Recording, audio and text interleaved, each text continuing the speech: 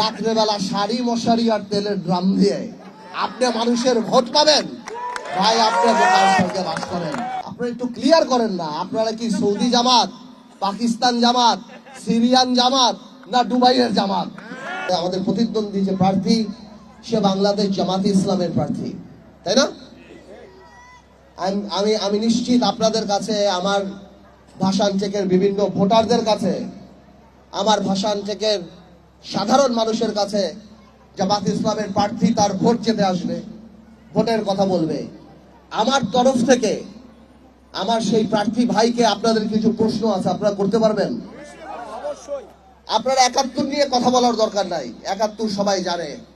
যেহেতু local politics, local জায়গা, আমার তরফ থেকে আপনি জিজ্ঞেস করবেন যে ভাই আপনি কে, আপনার বাড়ি কোথায়, আপনার বাসা কোথায়, গত ১৭ বছরে হেফাজত আন্দোলন থেকে আরম্ভ করে, নিরাপদ সড়ক থেকে আরম্ভ করে, এই এত আন্দোলন ফ্যাসিস্ট গভর্নমেন্টের, যেখানে জামাত ইসলামের এত বড় নেতাদের ফাঁসি হয়ে গেল, হাজার হাজার জামাতের ভাই বোনরা আমাদের সাথে মামলা খেলো, কারাগারে গেল, রিমান্ডে গেল।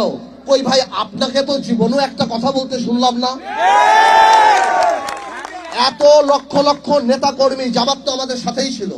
আমি পার্থ যখন 2018-তে জামাতের সাথে এক হয়ে এই আসনে নির্বাচন করলাম, আমার জামাতের ভাইরা, আমার বিএনপির ভাইরা, আমার বিজেপির ভাইরা যখন রাস্তায় রাস্তায় বাড়িতে বাড়িতে ঘুরে, আপনি কোথায় ছিলেন ভাই? আপনাকে তো একদিন দেখলাম না।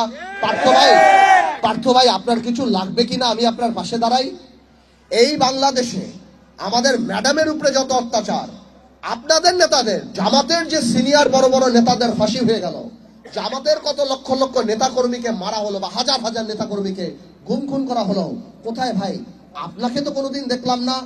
জাতীয় গুরুত্বপূর্ণ ইস্যু থেকে আরম্ভ করে জিনিসপত্রের দাম, শেয়ার মার্কেট, নিরাপদ সড়ক, হেফাজত ইসলাম, এই জুলাই আন্দোলন, কোথাও তো শুনলাম না ভাই আপনি ফেসবুকে একটা স্ট্যাটাস দিয়ে কোনোদিন কারো প্রতিবাদ করছেন।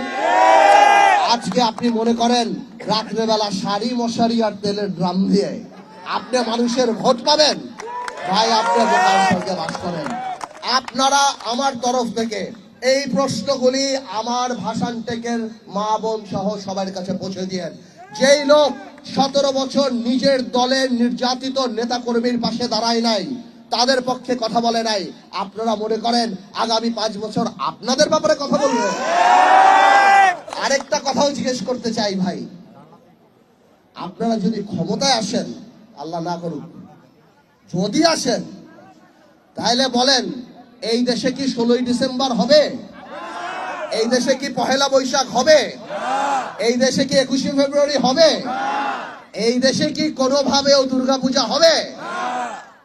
আপনারা একটু ক্লিয়ার করেন না, আপনারা কি সৌদি জামাত, পাকিস্তান জামাত, সিরিয়ান জামাত, না দুবাইয়ের জামাত? আমরা জানতে চাই, আমাদের মা বোনেরা যে বিকাল বেলায় হাঁটে, আমাদের যে সামাজিক কিছু টলারেন্স আছে, সহ্য ক্ষমতা, পাশের বাড়িতে গান বাজতেছে, একটা হলুদের অনুষ্ঠান, একটা এই একটা সেই, সেসব সামাজিক জিনিসপত্র কি আমরা করতে পারবো? এইগুলি একটু ভোটারদের জিজ্ঞেস করেন, যে এই প্রশ্নগুলি বিবেচনা করার পর আপনি ঠিক করেন আপনি কাকে ভোট দিবেন। জান্নাতের টিকিট বেচার দিন শেষ। তরুণদের বাংলাদেশ, আবেগ নয় বিবেক দিয়েই আমরা নেতা নির্বাচিত করব। সবাই ভালো থাকেন, আল্লাহ হাফেজ।